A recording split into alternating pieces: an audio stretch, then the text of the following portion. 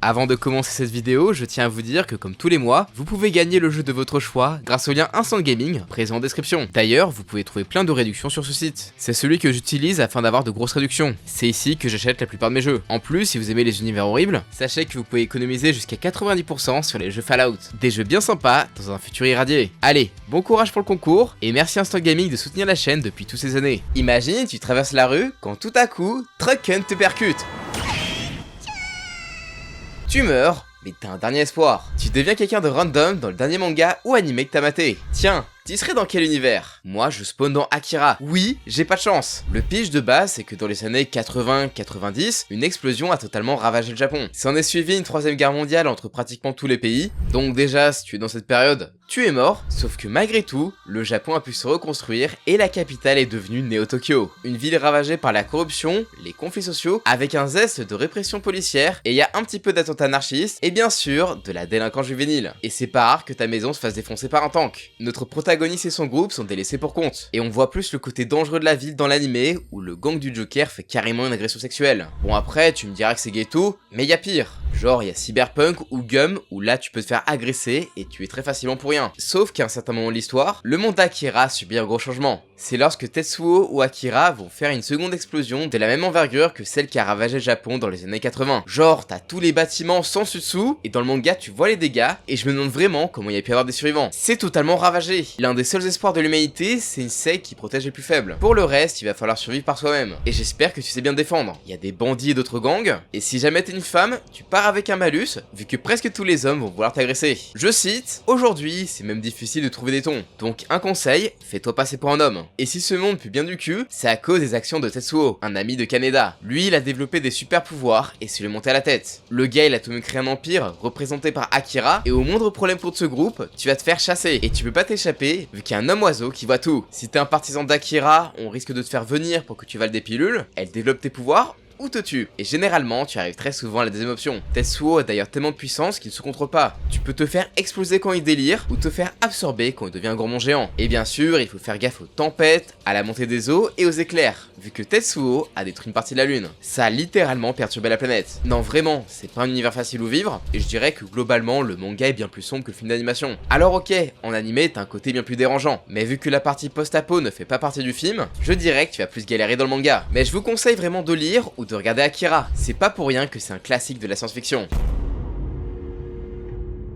Est-ce que vous aimez les villages assez austères? Genre des lieux comme dans Resident Evil 4 ou le 8ème épisode, où tu sens que t'es pas le bienvenu. Le genre d'endroit chelou où t'as plein de secrets à découvrir. Et bien c'est un petit peu ce qui se passe dans Gannibal. Enfin, si t'enlèves le côté où Léon shoot tout le monde. Ici, y a pas d'infecté. Dans ce seinen, on y suit Daigo Agawa ainsi que sa famille dans le village de Kuge. Un village où tout a l'air hyper chill, les habitants sont plutôt âgés, les paysages sont plutôt sympas et y a pas d'histoire. Vraiment, on pourrait limite y aller en vacances. Daigo vient de prendre son poste après que le précédent policier ait disparu. Et avant que notre héros ait pu dire quoi que ce soit à sa femme sur la cause du départ de son prédécesseur, on l'appelle vu qu'il y a un cadavre. La matriarche des Goto est retrouvée décédée, apparemment dévorée par un ours. Et truc très chelou, elle a une trace de morsure sur le bras. Daigo remarque ça et les Goto le menacent en mode qu'est-ce que t'insinues là? Non, vraiment, c'est super bizarre. C'est un clan assez spécial et ils veulent de bonnes relations avec le policier. Parce qu'avec l'ancien, ça s'est très mal passé. Ils lui disent même qu'ils savent tout ce que lui et sa famille font et sont au courant de qui il est vraiment. Et truc encore plus chelou, dans la maison où il vit avec sa famille, il est écrit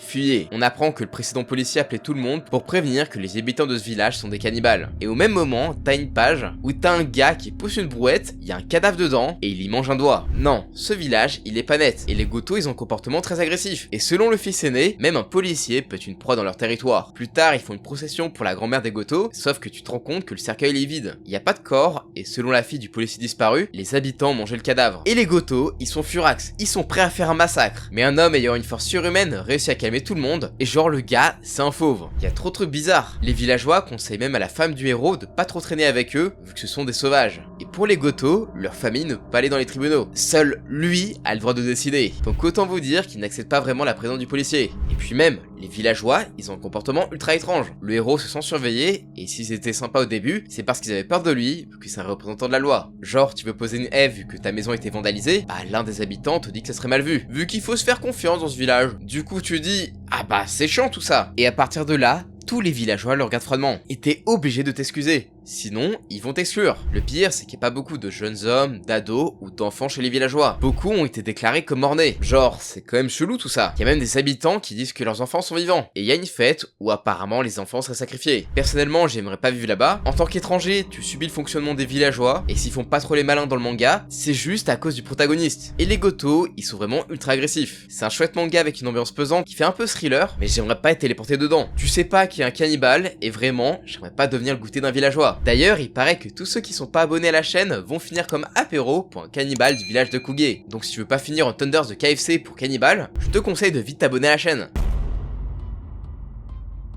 Ce titre ne vous dit peut-être rien, pourtant je suis prêt à parier que beaucoup d'entre vous ont vu ce manga sans le savoir. Et oui, car aussi fou que ça puisse paraître, le film Edge of Tomorrow avec Tom Cruise et Emily Blunt en est une adaptation. Et pour le coup, c'est vraiment un bon film. D'ailleurs, le manga est lui-même basé sur un light novel. Dans All You Need Is Kill, on est en pleine apocalypse alien. Depuis l'apparition des horribles mimiques, les humains sont lancés dans une guerre mondiale sans fin contre ces créatures. Et pour cause, aucun dialogue n'est possible. Ils ne communiquent pas et se contentent de tout détruire sur leur passage, ne laissant derrière eux qu'un désert et des océans de produits toxiques. Vous aurez beau habiter le plus loin possible des zones de combat, vous ne serez pas épargné, puisque ces choses peuvent tomber du ciel à n'importe quel moment et ravager votre ville en un rien de temps. Face à eux, vous n'avez aucune chance. Dans le film, c'est parce qu'ils sont très rapides et organiques, crachant des projectiles à toute vitesse, tandis que dans le manga, il faut pas sous-estimer leur apparence de grosses bouches qui marchent, leur endosquelette les rend bien trop résistants, à tel point que leur rouler dessus s'avère inutile, tout comme les armes à feu classiques. Non, pour les abattre, il faudrait du gros matos que seule l'armée peut se procurer. Et pourtant, même avec leurs grosses armures et leurs gros calibres, en venir à bout n'est pas une chose aisée. Avec leur peau presque impénétrable, même les gros calibres ne font que les ralentir, à moins de vider un max de munitions, et pour en venir à bout, va falloir y aller au corps à corps. Et pour ça, il y a la cloueuse ou les grosses armes géantes. Le souci, c'est que les mimiques sont loin d'être inoffensifs. À l'intérieur de leur grosse bouche flippante, ils possèdent des pics qui peuvent te cracher à une vitesse folle, tels des javelots, te transperçant de toutes parts avant que tu aies eu le temps de dire ouf. Donc bon courage pour les approcher. Et même si tu parviens à t'en approcher avec les bonnes armes, pas sûr que tu t'en sortes non plus. Déjà parce que la cloueuse est limitée en munitions et demande bien de venir au corps à corps pour être efficace, mais aussi parce que la hache a beau être destructrice, elle est presque impossible à manier. Avec un poids de 200 kg, il va falloir pas mal d'entraînement avant de pouvoir t'en servir efficacement au combat sans te laisser emporter en risquant la lâcher, car sur le champ de bataille, la moindre erreur est fatale. Et celui qui le sait mieux que quiconque, c'est le pauvre héros du manga. Kenji est un jeune soldat qui, sans savoir comment, s'est retrouvé coincé dans des boucles temporelles, condamné à revivre les 30 dernières heures encore et encore. Pour le jeune Kenji, c'est une véritable torture. Lui, dans sa boucle, il est mort encore et encore, souvent dans d'atroces souffrances, ne pouvant jamais échapper à la bataille, vu que les mimiques le retrouvaient toujours. Rendez-vous compte, le gars il est mort des centaines de fois. Il est condamné à revivre en boucle cette guerre apocalyptique sans fin s'il ne trouve pas une solution. Vraiment, j'aimerais pas être à la place du protagoniste, et si t'es un random, tu vas mourir vu que c'est la fin du monde. Mais du coup, comment est-ce que le héros va sortir de ce pétrin? Ça, je vous laisse le découvrir dans ce super manga en 2 tomes que je vous conseille vraiment de lire. C'est une petite pépite.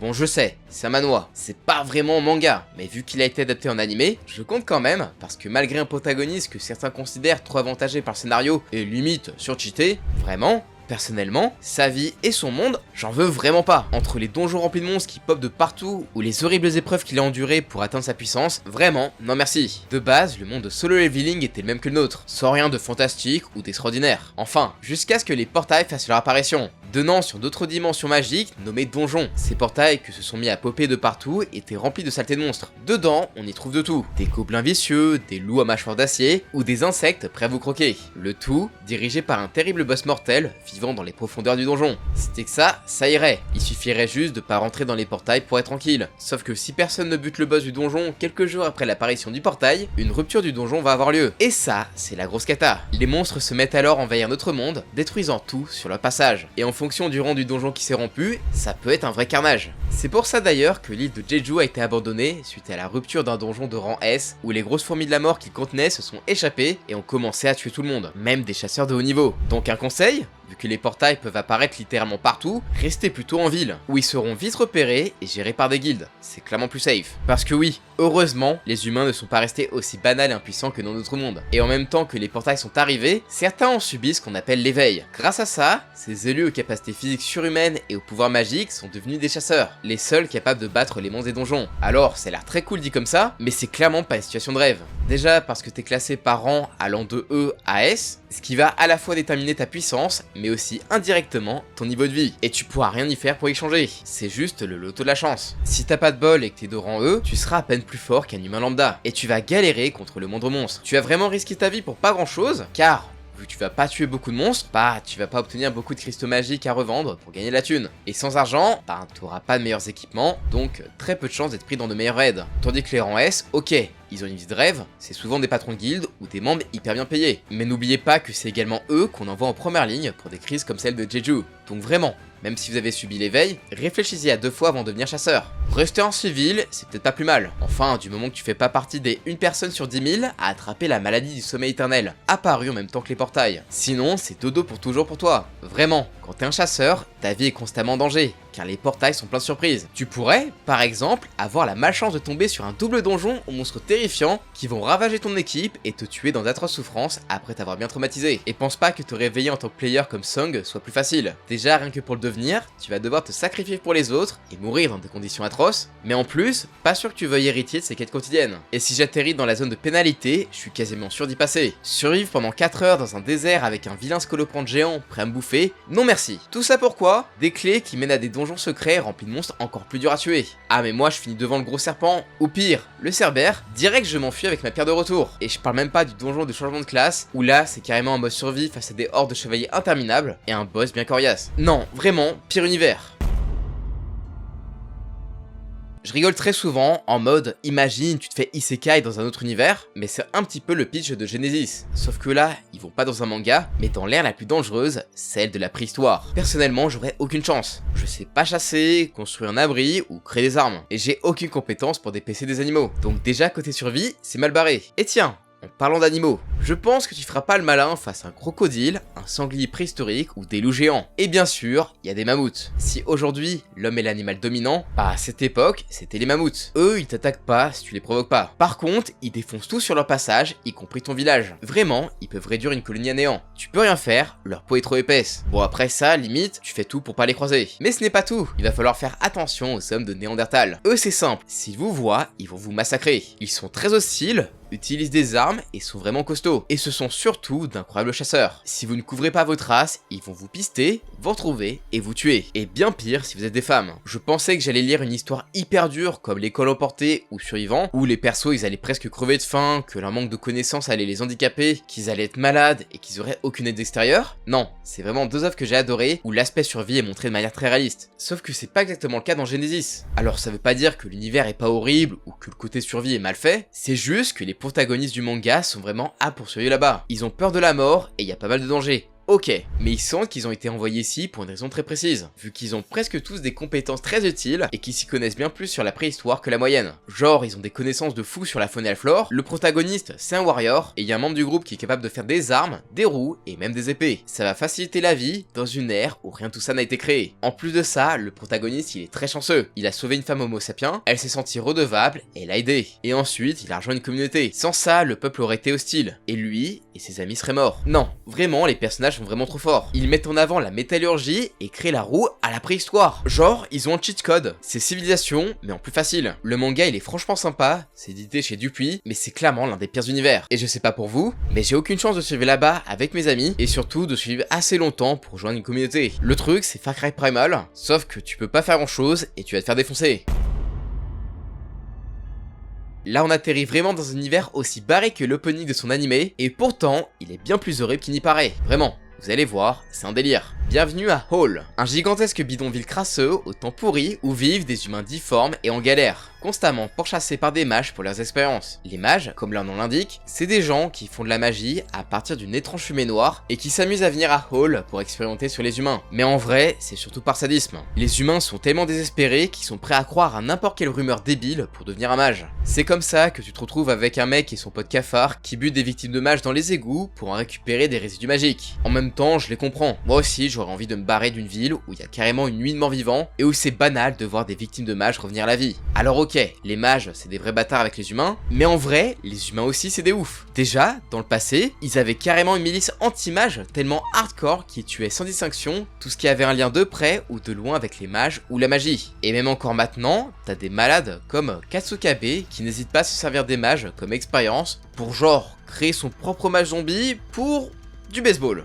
Ouais, et il en est fier ce con. Ou alors, il se sert de corps de mage pour faire une porte dimensionnelle faite de chair. Seul moyen d'accéder au monde des mages. Oui, parce que les mages, forcément, ils sont mieux que nous, alors ils vivent dans leur propre dimension. Mais vraiment, ça a beau être un poil plus joli au premier abord, en vrai, tu voudrais pas y vivre. Parce que oui, même en tant que mage vivant dans ce monde, c'est pas ouf. Ici, c'est la loi du plus fort, et si ta magie elle est nulle, tu mérites à peine de vivre et tu risques de te faire tabasser ou tuer. En gros, ton niveau de vie va dépendre de la qualité et de la puissance de ta fumée noire que tu peux vendre ou même dealer. D'ailleurs, même si t'es puissant, t'es pas à l'abri des ennuis, puisque tu peux très bien te faire kidnapper ou esclavager pour te forcer à produire de la fumée noire pour des dealers. Et si t'es un mage juste bon ou dans la moyenne, bah tu vas être pas mal de la nuise lors de la Blue Night. Alors en gros, c'est un festival qui a lieu tous les 4 ans pour se trouver un mage partenaire, et forcément, les mages très puissants sont aussi très convoités. Du coup, pendant le festival, c'est la foire au coup fourré, vu que tous les coups sont permis. Genre, tu peux même forcer un mage à signer un contrat avec toi. Ça, c'est ok. Alors après, faire un contrat, c'est franchement ultra dégueu, et ça donne vraiment pas envie. Genre, on t'ouvre la cage thoracique pour utiliser ta chair pour le contrat. Non, vraiment, burk,